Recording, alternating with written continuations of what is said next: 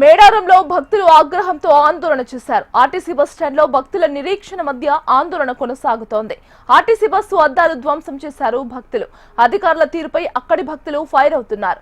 అధికార యంత్రాంగంపై వాగ్వాదానికి దిగారు మహిళలు.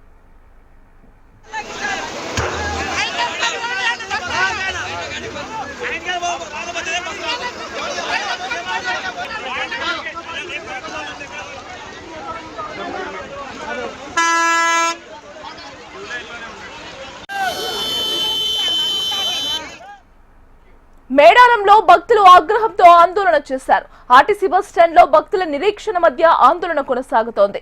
ఆర్టీసీ బస్సు అద్దాలు ధ్వంసం చేశారు భక్తులు. అధికారుల తీరుపై అక్కడి భక్తులు ఫైర్ అవుతున్నారు.